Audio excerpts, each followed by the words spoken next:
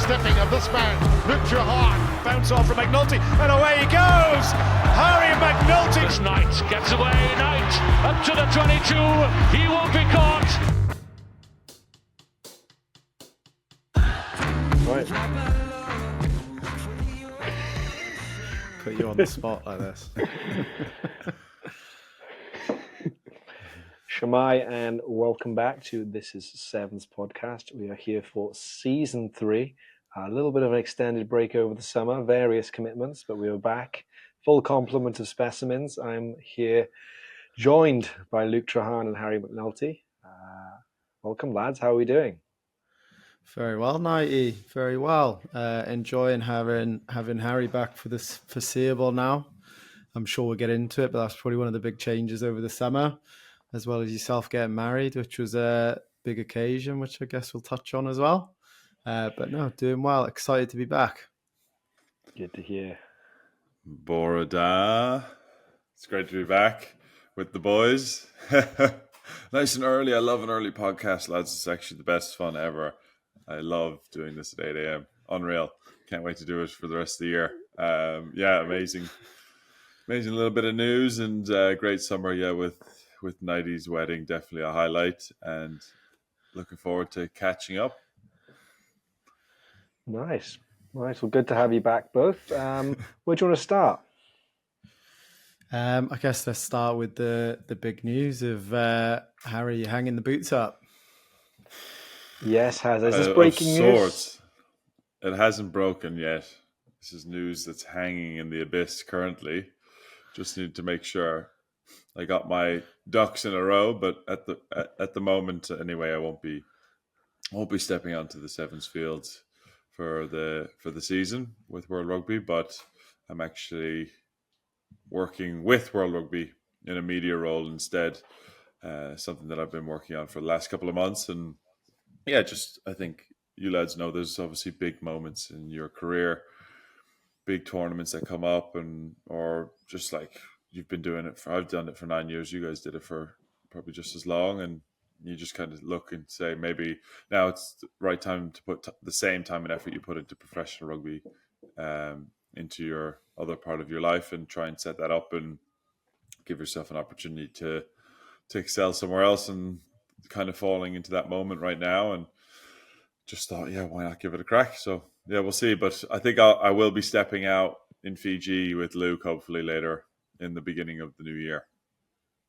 Fingers crossed. We just need to wait for it. It sounds confirmed. We're just waiting for, like I was saying to you guys yesterday, until I see the flight details, I'm not going to believe it. But that would be very exciting if it does come to fruition. You touched on there, obviously, like big moments. How, looking back at kind of the Olympics and how last season went, any thoughts kind of now we're quite a few months on from there?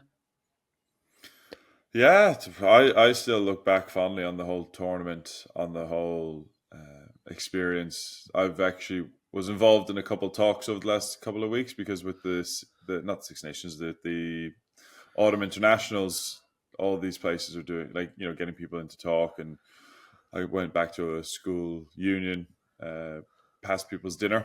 And so they ask you these types of questions all the time. So I'm well versed in answering them now at this stage. But it was definitely one of the funnest tours I've ever had. Like, we went over to France about 10 days before the tournament kicked off, or 10 days before we were meant to be in Paris, and literally just had the best crack for 10 days. Trained really hard, trained really well, got stuck in, and whenever we had a chance to just have good crack, as they say, we were just laughing, having such a good time. So I think we bonded really well. I think we got the balance right. And then obviously played in Paris. It was 70,000 people in the stadium for every game. We kicked off the tournament, and things went one way or another with the results. But honestly, looking back, that hasn't even really dwelled on me at all. I just thought I had the best time ever with my mates, and we're able to have our families there, unlike in Tokyo. And it was just a different experience, and I loved absolutely every second of it. So look back on it very fondly. Very good to hear. Very good to hear. And was it a decision that you had known for a while? When did you come to make this decision? Yeah, probably had been thinking about it for the last couple of months prior to going into the Olympics. It just felt like the right time to be able to do it. Like mentally, physically, right now, I feel like I could go back and train and do all of that. It's just kind of a case of where I am in life at the moment and trying to make the right decision. I could keep playing. The door was left open for me. But then again, I'm kind of stalling what the rest of my life outside of rugby, which isn't a bad thing, but 31 now, 32, go to 33, and you just keep playing. And then by the time you come out, if you come out at 34, I'd be in the same position I am right now. And I just don't think being 34 in the position I'm in right now would be a good position to be in.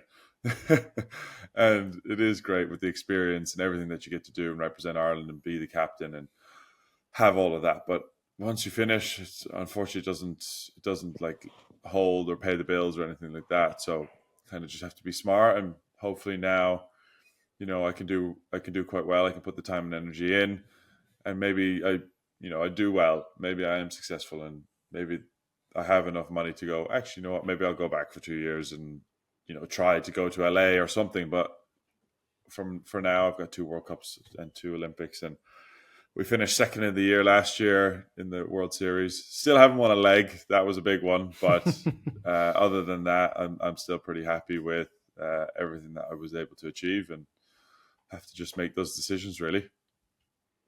That's fair enough. Very wise words, Harry. And I think a lot of people could learn from you. Some people cling on until the very end, and they end up not knowing what they want to do afterwards. But you've kind of not necessarily, you've gone out on your own terms. You had the option to stay there, and I think that's very admirable. But I see how you feel come November the 30th when you stood on the sidelines watching the boys in Dubai. Lads, you'll be getting a phone call from me. Oh my God. You're taking your boots, aren't you? You're definitely going to be there with some boots in the back, aren't you? Why do you think I got a job with our rugby? I'm going to all 7 events. Like, if someone pulls up, I'll be there. Like, so I heard someone's not feeling, up to scratch. If you need anybody, like, give me 3 minutes on the wing. No, I was just going to ask. You were part of the original 4, was it, that were still there? Who's left now from that rabble of young men that took you from Europe's depths all the way up to the top table? Wow. Racking the brain. Yeah, so one of the originals for sure. And then last year, it would have been myself. It would have been Terry and Mark Roach. So last year, was there a 4th? There was 3 of us anyway last year. It looks like it's just going to be Mark. Now, Terry also is working, but he was left with the door open as well. But I haven't heard from Terry whether or not, he was just going to take like a 6-month kind of sabbatical or something like that and then come back later on during the season, which was definitely an option that was there. So don't want to speak on his behalf in terms of that stuff, but it's kind of an interesting one for a lot of these boys, because I'm not sure how it is in other parts of the world, but it seems though with Ireland anyway, a lot of the players are super educated and really driven outside of rugby. Like, so Terry is working with Triton Lake, our sponsor. Billy's the same. Jack Kelly went to be a lawyer. Gav Mullen went to be an accountant. Like, all these guys were studying and working and doing those things while playing, and now they're like 26, but they want to leave the Sevens to go and play, or to go and work and get into their jobs and like get their career started. So it's like a really weird setup, because they're only 26, 27.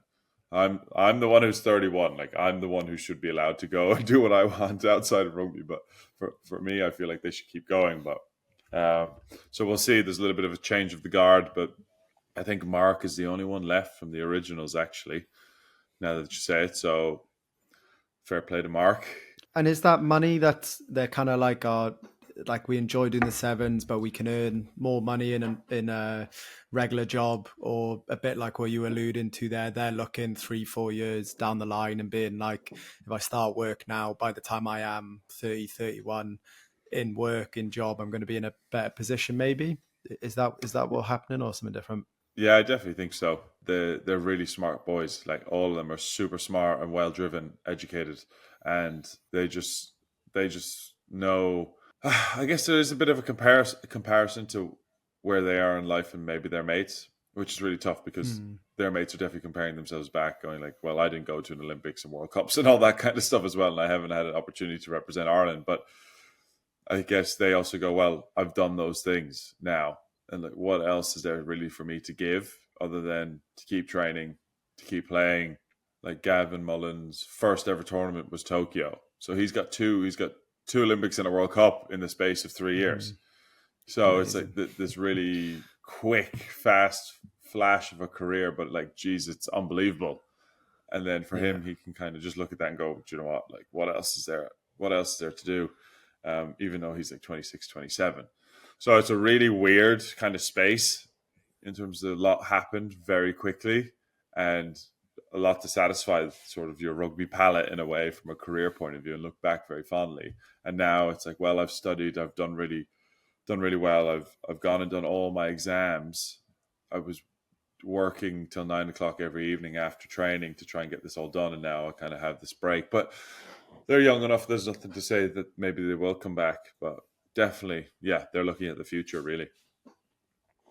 Would you say as well a big part of it comes down to salary? I think people assume that rugby sevens players get well paid, but we all know from first-hand experience that isn't the case. Maybe you don't want to share details, but when I started, it was a 12 grand contract, and I think the highest I ever got up to was 25 grand contract. That isn't a life-changing sum of money, and I think, like you said, once you've been doing this sport for 3, 4, 5, 6 years, you go to the same places. Yeah, they do change. You maybe compete in an Olympics, compete in a World Cup. You've hit that pinnacle. I guess motivation becomes a big factor. And if you're not getting financially rewarded for that, then why would you not go and pursue other things? Would you say that's the case, lads? Yeah, I think you hit the nail on the head. Like, ours is public knowledge as well. Like, I started my career on 0. We went to 12. We went to 18. And then I finished on 30 as well the last 2 or 3 years. Now, there was bonuses involved probably the last 2 or 3 years as well. So realistically, you could probably get that up to 40. I think maximum 45 if it was like an Olympic year and you qualified for the Olympics and got a bonus on top of that. So like realistically 40. But that means that's Euros as well, isn't it? That's Euros as well, isn't it? Yeah. So we were roughly on the same contract as you were in Wales per se, 28, 30,000. And then, get some bonuses. But like, it's different for me because I played every tournament and then I would get a selection bonus. But if you played 2 tournaments on the same wage as me, you're only getting 2 bonuses. But there was only 5 or 6 of us on the 30 grand. So then the rest were on lower contracts than that again. So like there's obviously a big push then to go and work because 30 grand is less than probably what you're getting in your first year's work. So why not progress? Yeah, I think you said earlier about kind of how highly educated your team is as Ireland. Like, a lot of lads seem to take in school seriously, go on to uni, and then they have these careers kind of laid out in front of them. I think probably a close comparison would be where England sevens was maybe back in kind of its heyday. Pretty much all those boys had come through a decent school, gone on to uni, and again they had the opportunities to go through contacts into different jobs. I think the difference for them, though, they were getting paid quite a considerable amount more, particularly the lads who are kind of household names and have been around for 4 or 5 years, and I think they were almost getting paid enough that was the better option rather than having to go to kind of a work and a job. And again, that's probably where I see the difference. That kind of England model is always where I feel like seven should have got to. Like, it's a global sport. It's a massive success in the Olympics. We're not talking about like footballers' wages or like even probably the top 15-a-side rugby players' wages. They're just like really, really decent wages to play sport all year round. I always found it a bit of a shame that other countries didn't find their way up to where, say, someone like in England or even like across in like New Zealand, I think they were quite similar. I always thought that was a big shame. Yeah, it is. And I think as well, people got to factor in the attrition it takes on your body. It's a hugely demanding sport, almost more demanding than 15-a-side with the amount of training and work you got to put in. And when you do that year after year and you're perhaps not getting rewarded for it, then it will take its toll. And like you said, the aurora wears off. I remember speaking to some of the older boys, and I was like, this is the best job ever when you first start. You're young, you travel, you see the world, and you can tell it worn down. And especially when you get families, you're away from your children, you're away from your kids for long periods of time. It all adds up. So I understand it. And it's another reason why boys go with 15s as well, because the financial package is a lot bigger. And it shouldn't be the case, but ultimately you've got to look after yourselves for the longer term. So I understand why people do it, which is a shame, because sevens now, being Olympic sport, should be the pinnacle. But unfortunately, people are stepping away from it due to various reasons, which, is unfortunate. Yeah, I remember chatting to a couple of the 15s boys in Wales who would have been on pretty decent regional contracts. They actually didn't like playing 15s, and every time they came into the sevens, they preferred it. And they said probably if every contract in Wales sevens was between 40 and say 50,000, they would have seriously considered doing it. And again, for like a multi-million-dollar union who turns over millions of pounds every year, like that shouldn't have been an unattainable wage to hit for anywhere from like 10 to 15 boys. And I just always think where Wales sevens maybe would have been, or even if there's no reason all of the home nations couldn't have got up to those kind of wages. I don't think, just looking at how much 15s players get paid in comparison, if they got the right model in terms of sponsorship and the buy-in, which I don't think really any of the nations have nailed. I think probably Ireland, with your links with your sponsors like Triton Lake, seem to have done it the best out of the home nations. But I always just think that was a massive swing and a miss from GB individual countries, and probably even as GB as a whole now. The sponsorship is where they're struggling, and obviously that's a huge buy-in. That's a hugely important to be able to pay decent contracts to players. Yeah, like I think you nailed it. Like literally, if it was €60,000, £50,000, lads would never leave. You'd be asked to leave at that stage. It's not a crazy amount of money, but it's just true. It's just at that level where you feel, right, I'm getting represented nicely and looked after to a high enough level where, yes, I can keep playing. I feel like it's worth it on my body and all the travel and everything that I'm doing and representing my country. And I, don't have to fear about outside what's happening and can really take it on. So it's almost there. That's the thing. Like it can't, like it's not a million miles away from where it could be to like sustain itself and actually have guys playing all the time and wanting to come into the program rather than being told maybe you're going to the program, which there's a big difference in those two. Yeah, massive difference between them. Yeah. And that's something we used to see a lot of. You could, as soon as the lads used to come into training, you can see the ones who are like really keen to be there. They see the benefit, whether it's benefiting their 15s career or just rugby in general, their skills, fitness, whatever it is. And you can see the lads who have been told they're going to the sevens, and the output you get from those players are chalk and cheese every single time. It is. Do you think you'll do you leave with any regrets, Hazza? No regrets. No regrets at all. Just like a couple, like maybe once, like we made a couple finals, so I would have loved to have won a series leg, like something Ireland's never done. The women did it in Perth, and it was amazing to be able to see them achieve that height, and great to be able to support them at the time. But just something that kind of we never were able to crack during my career. That would have been really nice. And then, outside of that, really, like, 50 tries maybe. I was en route there at one stage. I was really going well. I was scoring about a try every 3 tournaments. So I was almost there. I don't know, something like 50 caps, 50 World Series caps. I probably would have achieved if there was no COVID, because we missed like 18 months of rugby. Not that numbers mean anything, but that was actually something that I thought was really cool, and I would have really liked to have achieved. I achieved 50 tournaments for Ireland. Like I was going to say, you must have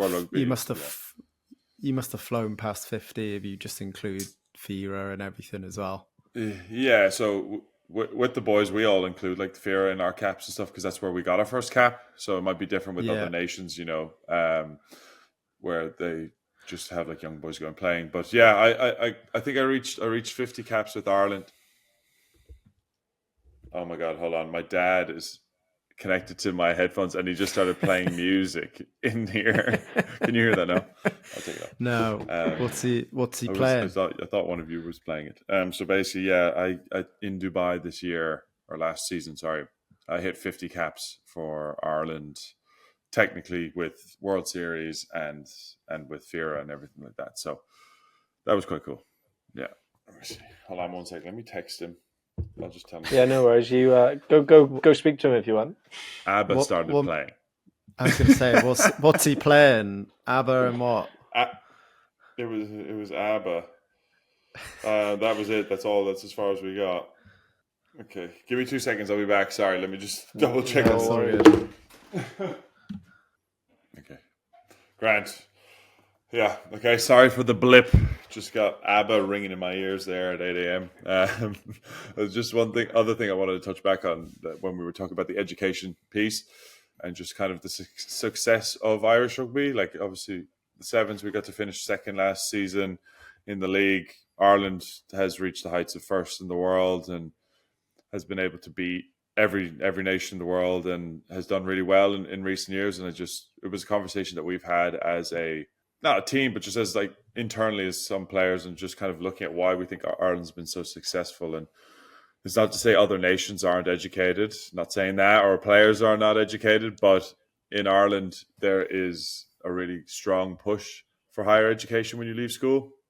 And a lot of the players, like we talked about in the Sevens program, it mimics in the 15s as well. Guys go and do a degree while they're playing. They're doing really high level degrees. They're doing their lawyers or accountancies. There's some guys doing like computer sciences, engineering, like really demanding degrees, and they go and do it while they're playing. And they're so smart and driven and educated that they bring that into their rugby so they can get really detailed in everything that they do, understand the game at a really, really high level. So we don't have the same playing pool as say like the likes of England or other big playing nations, but it's meant that Ireland has been able to push really to a high level compared to like they're playing, like the numbers that they have playing. So we always found that just as like a really interesting point, as like an underlying level to Ireland's success in rugby. We think that that's something that's really led to that, which has just kind of been really interesting kind of talking point. But yeah, I guess because it's all linked back to the schools linked within the provinces as well, I guess, isn't it? Like I've seen, or I'm pretty sure I read or saw something where coaches say from Leinster trickle all the way down into the age grade, into the clubs, into the schools, so that they all have a kind of an idea of what the DNA of, say, Leinster rugby is from a fairly young age, even when they're in these schools playing against each other. And from an outside perspective, I've always thought that sounds like quite a powerful model to, one, keep players interested for longer, because they can see that jump from school to, say, uni to Sevens or 15s, whatever it is. And I've always thought that was really good.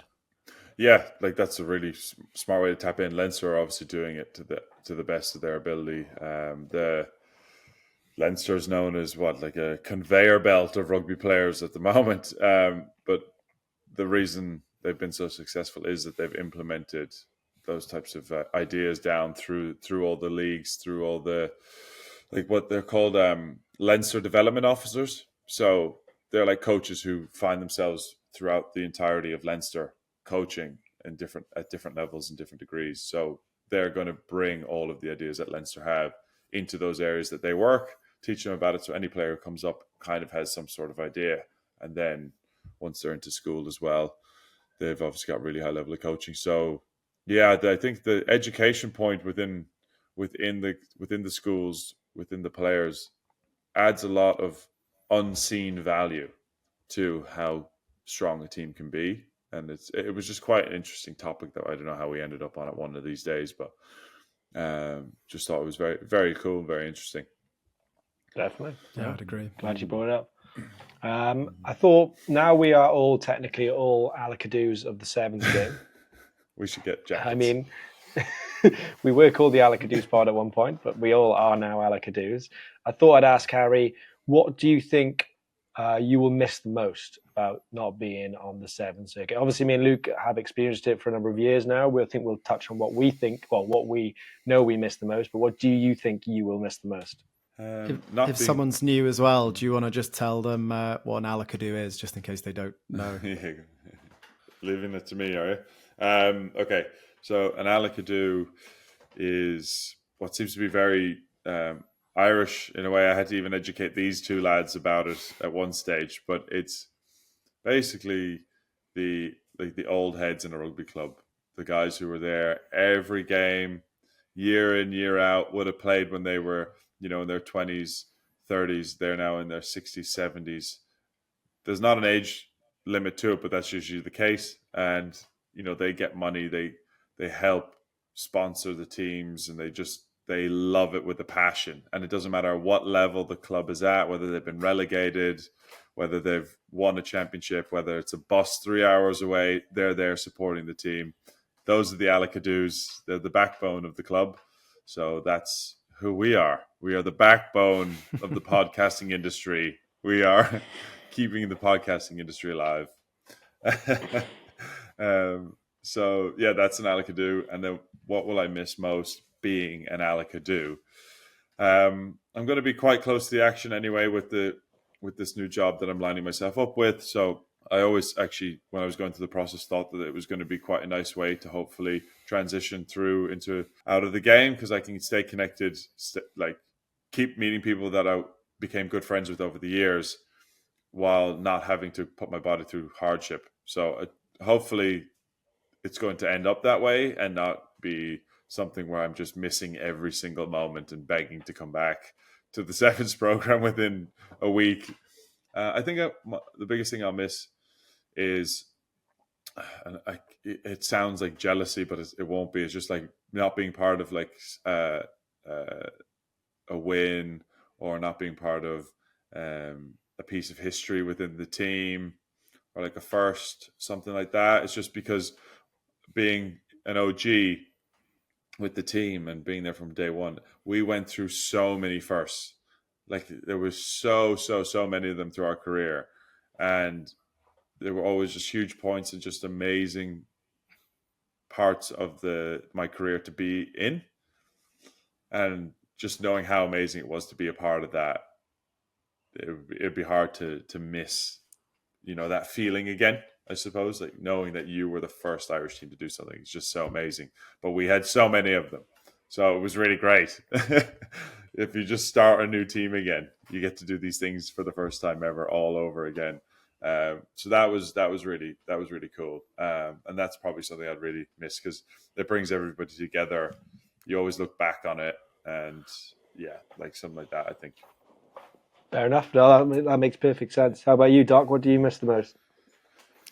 I think definitely from when I was playing Sevens, I just did enjoy the training every day for it, kind of the fitness with the boys and tough rugby, but then you get a chance just to sit down, have a coffee, play some cards, hang out for a little bit before the next session. And I think that just kind of being around your mates 24/7 is something I always loved at the time, and probably the one main thing I miss. Probably quite lucky, as you're touching on there, Harry, still kind of staying within Sevens, i.e. running This Is Sevens, making contact, getting to go to some of the tournaments, doing this podcast. Like, you still stay in touch with a lot of the things that I find, or I love, or find really fun about Sevens, but that kind of day-to-day camaraderie, which I think is obviously quite common when players retire. That's probably the main thing I miss. How about you, McKnight? Yeah, I guess two things that you both touched on. I think a big one is purpose and routine. You have that sort of taken away from you. Well, I did, because I retired. So that was very hard, going from, you got your set routine, you got your goals, you know what you're training for, to kind of being in the doldrums. And then I guess a huge part of it is the social element. You create this band of brothers. You go away together. You sort of live and die together on the field, metaphorically. So you build up this bond, and I think the travel as well. Like Harry, like you've just spoken about, you're going to be there on all World 7 series. I was kind of cut off at the head. you'd had all these cool opportunities to see the world, and then they kind of not taken away from you, but you no longer get to do it. So yeah, there's a few different things there, but I think speaking to all three of us, they're all very similar in a sense, and it's something that everyone would miss if they did what we did.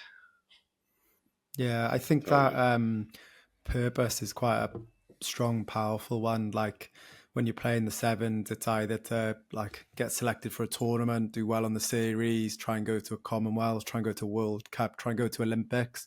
And I fully found that then when you did stop playing, like goalposts that were there for so long during your career suddenly don't exist anymore, and you've got to try and find those different goalposts. And I guess all three of us are probably on similar routes down, probably very generally termed like a content creation jobs and careers that are coming up now, something that didn't exist when all of us started playing rugby.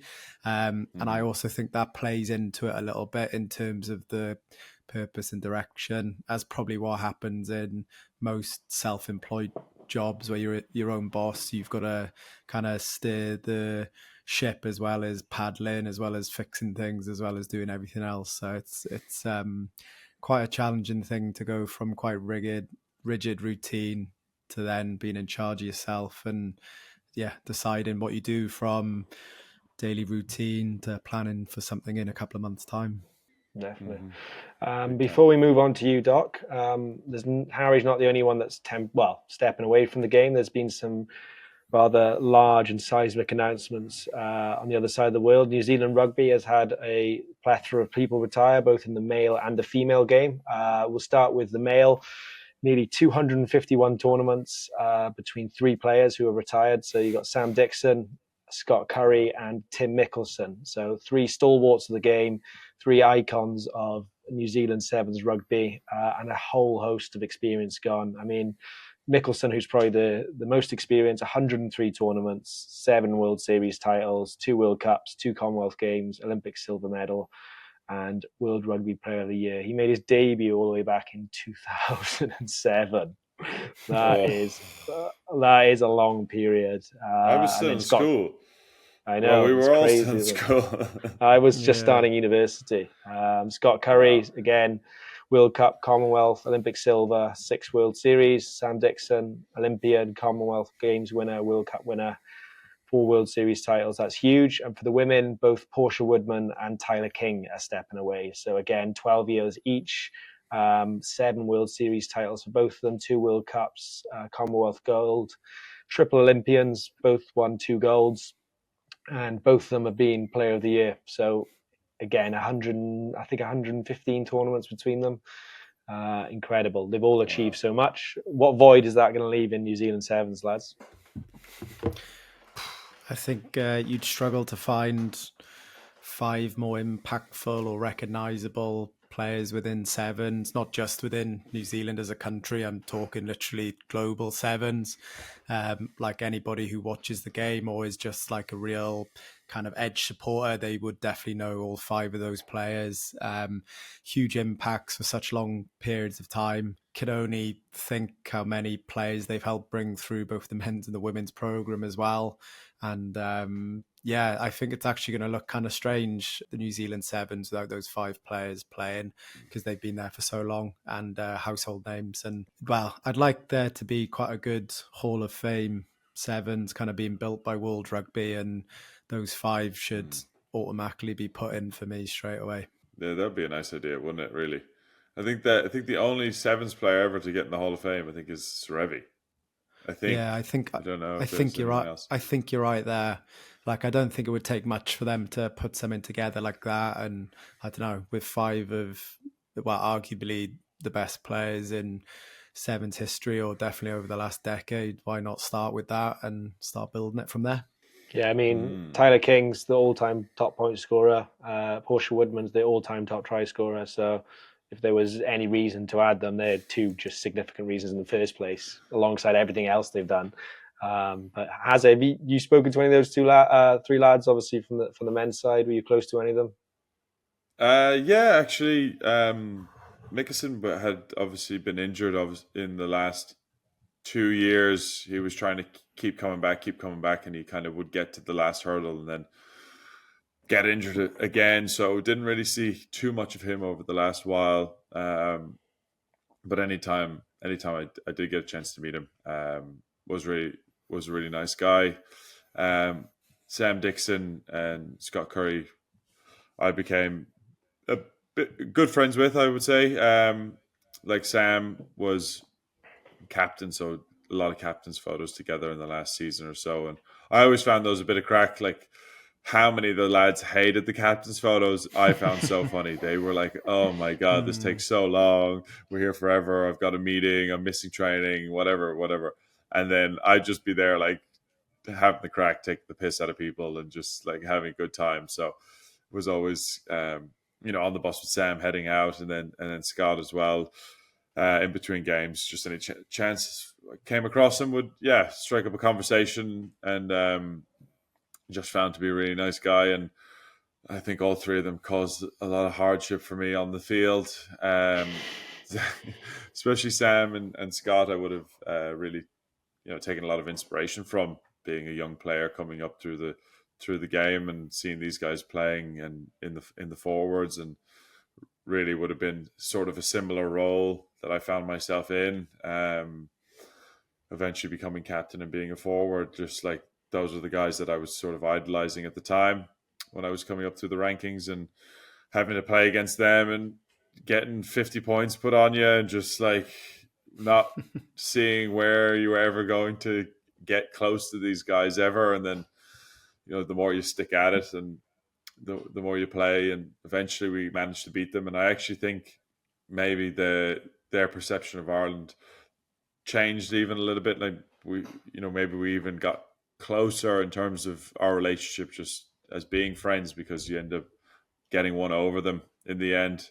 And they saw that as like such a massive milestone that I think they kind of respected how hard it was for us to do that, and how many chances we had to do it, and got close, but we never did, and eventually did. So that was kind of an interesting time, but that was quite cool. And it's going to be a big change.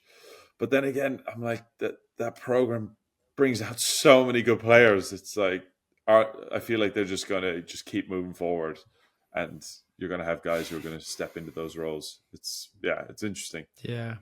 I don't think as hugely impactful as all five of those players were. I just think the kind of they're going to find five other incredible players just at the start of their careers, ready for next season.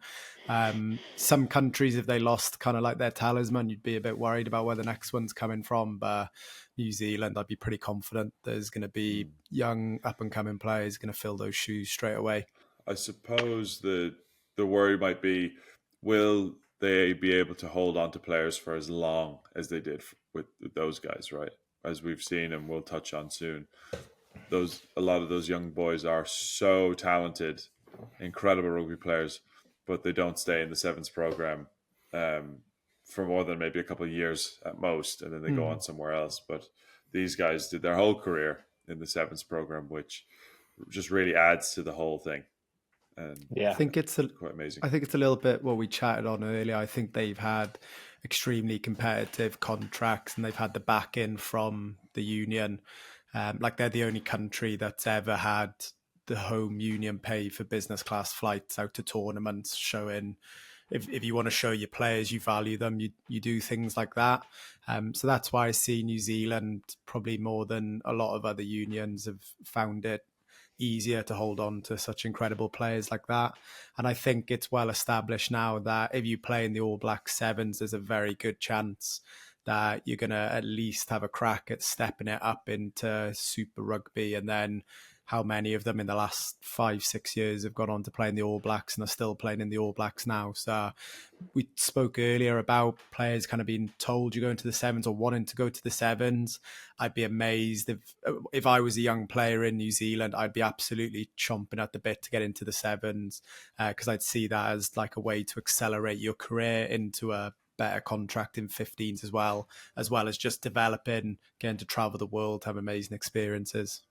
Definitely. Also think we should mention old Maxie McFarland hanging up his boots, and Jamie Farndale moving over to 15s. Any word on them, Doc? You knew them very well.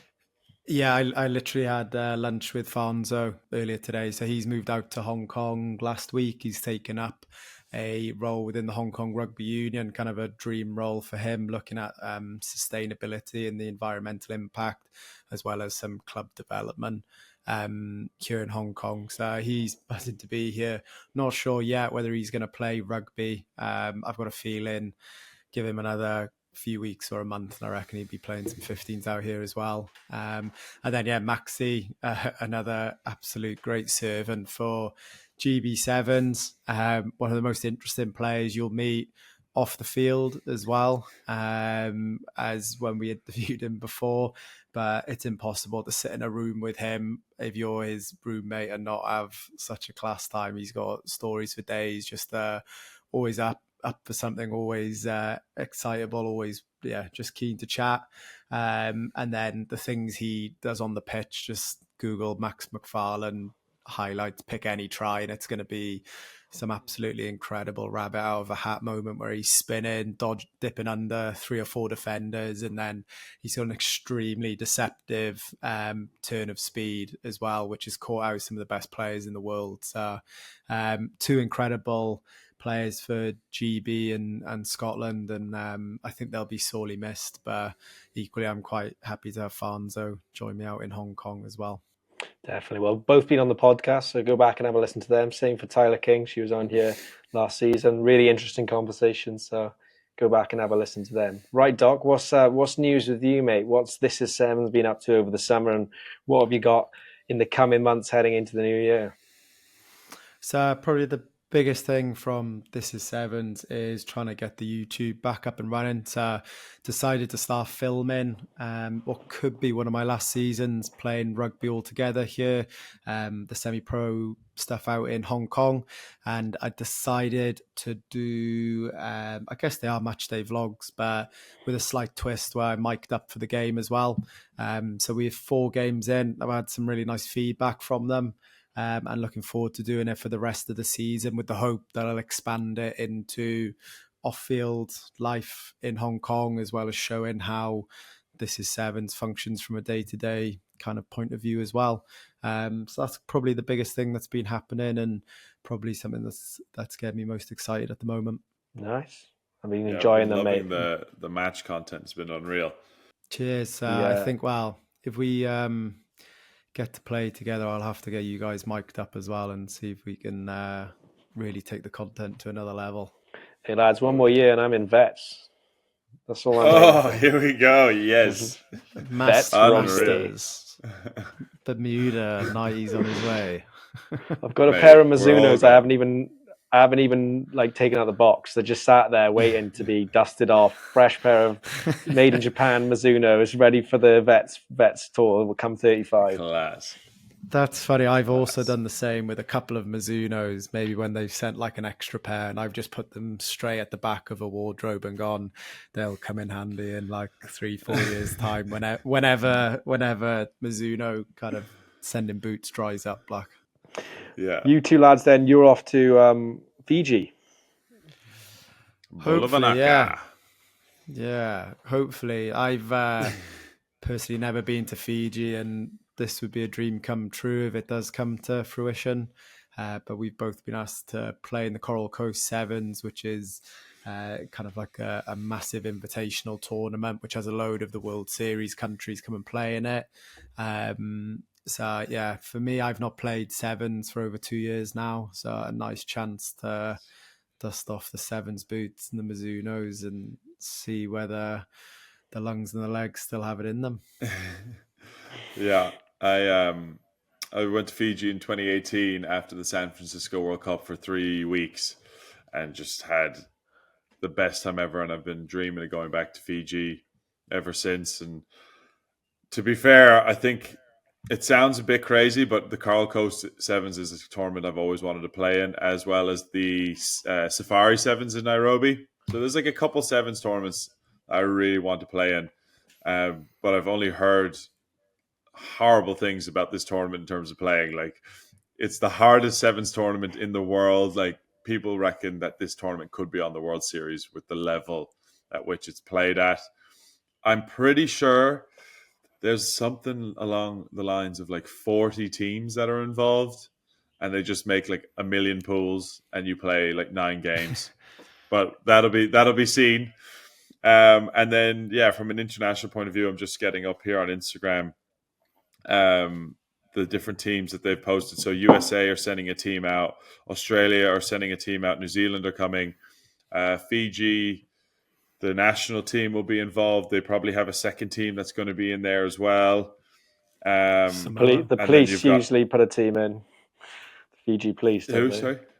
Oh, Fiji police. Yeah. So, you get one of every department basically in there. So you'll get the police, you'll get the army, you'll get the navy, you'll get the firefighters probably.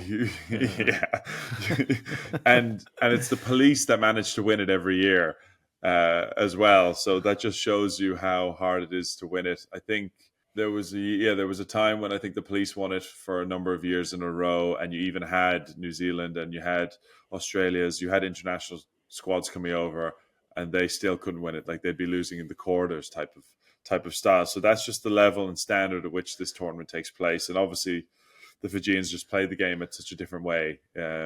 It's a massive learning curve, but it has reaped rewards for teams. Spain Sevens went down to Fiji the year that they qualified for the Rio Olympics, and they did a big stint there. They played in the Coral Coast. I think they made it to a final. I don't know if they won it, but they went really well. France, they didn't play in the Coral Coast, I don't believe, but they went to Fiji and kind of went and mimicked all that again. So the teams that go there get a lot out of it. And we're going to get a lot out of it in just a completely different way, I think, Lukey. yeah, 100%. I definitely want to see the sand dunes. Are they called the Sigatoka sand dunes? Sigatoka. I want to see those definitely. Sigatoka sand dunes. Yeah. So don't worry, they won't be crazy far away from where we're staying. They're probably going to be like about an hour. But I'd imagine during the week we'll make it out there. I think any trip to Fiji with rugby involved would be a miss if you didn't make the Sigatoka sand dunes. But don't go during the midday like I did. The sand was so hot. Maybe I ran up the sand dunes faster than I probably should have. Oh my God, it was roasting. So now I know why they do it at like 6 a.m, 7 a.m. Yeah, amazing. Just having a look here if there's anything else on this. So you're going to fly out as well, Nighty? I'd love to. I'm unfortunately busy during that period, so I would have loved to have come out, but I'm doing some work. Sorry. with the Austrian tourism board, hopefully. So I'll be unavailable in January. But I was out there a few years back when I did a bit of traveling. Went along. Physical. I'll just leave it at that. Physical. So have fun out there, lads. Strap your shoulders up. Make sure you get some good medical insurance, and enjoy. Yeah, I've been told just watch out. Everybody is going to want to take your head off there as well. So be practicing some ducking and dodging, I reckon. It's all part of it. All part of it, like all part of the tournament. Like, I can't wait. It's going to be unreal. I need to start running again, lads. I have barely ran or gone to the gym since Paris. Like, what's that? 3 months, maybe close to 4. I've done probably 3. Just become the Irish PO2I. Yeah. Don't really move too much on the field, but like throw these outrageous passes and like put some away in space. Yeah, I think I could do that. Nice, lads. Well, I look forward to hearing about that and seeing you in action again. Nice night. And then we can't do a catch up with chatting about some other massive news. You're a married man since the last time we filmed the podcast, Nighty. How's that been? How's the wedding? How's the stag do's? Everything like that? Fantastic, lads. Really, really good. Incredible wedding. Incredible stag do. Incredible honeymoon. You lads were both there, so it was nice to have you two by my side. But yeah, just incredible. Can't fault it. Had awesome time away. Hilarious night on the whole day was hilarious. But you two wrestling each other in a bell tent, rubbing dock leaves on each other was a personal highlight. But no, it's a fantastic time. Yeah, amazing. So, yeah, not much to say apart from that, really. Yeah. Why do we have to rub dock leaves on me, Harry? Luke tried to frame me. He reckons when we were walking back to our accommodation on the night that I pushed him over into a trench, essentially a trench in a field that was full of stinging nettles. Although I think the shandies might have had something to do with that, Luke, but we can leave it at that. And then I don't know. the only I don't cure, know about that. the only cure everybody knows, the cure for a stinging nettle, is the dock leaf, which grows very close to the stinging nettle. And you were so sore, and like it was stinging everywhere that, we had to make sure that you were looked after. So it was about 2 a.m. I was out in my knickers, essentially, picking up dock leaves outside the tent and coming in and rubbing your knees down and your shins so that you go to sleep. But that was futile. Yeah. The worst thing was I then had to make my way all the way from mid Wales up to London and then fly back to Hong Kong the very next day, and just sat there on the plane with basically my whole body just stinging from head to toe. That made that plane journey extra long, I think. It was one of the funniest videos I've ever woken up to. Just you two, Harry rubbing your legs down with dock leaves, and you going, "You can keep your dock leaves to yourself now," and then you get into a full-on scrap in this tiny little bell tent. It was good fun. Amazing. It was an unreal wedding, mate. I absolutely loved it. Not only that, there was another Luke in the tent, wasn't there? Oh yeah. Yeah, one of my best men. Falling asleep with his eyes wide open. Oh man, this honestly. So we have that whole rigmarole of the doctors. We come into the tent and we're like, all right, we need to kind of be quiet, like some regard, and we kind of walk over to Luke and like see if he's all right. He is asleep, fully clothed, on his back, and his eyes are completely open, and he's just asleep, looking at us. And his torch is on as well, so the room's completely lit. So he his looks phone a bit like light is on. Yeah, looks completely like a ghost. Like that is one of the funniest photos I've ever seen, because he's lying there. He looks like a kind of from the Victorian era, because he's in this like white shirt, really pale, like. He's looked like he's dying from the plague, and he's got his phone on his chest and the lights on, and he's just, honestly, I've sent it to so many people. That bit from Lord of the Rings where she gives Frodo the lights of Mithrandir, it looks like that. Let the light guide you when all other lights go out, and he's there just.